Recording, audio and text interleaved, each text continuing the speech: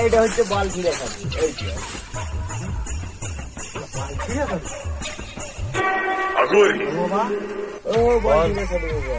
বল বেটা, আমার একটা সমস্যা ছিল বাবা। বলো বাবা, তোমার কি সমস্যা আছে?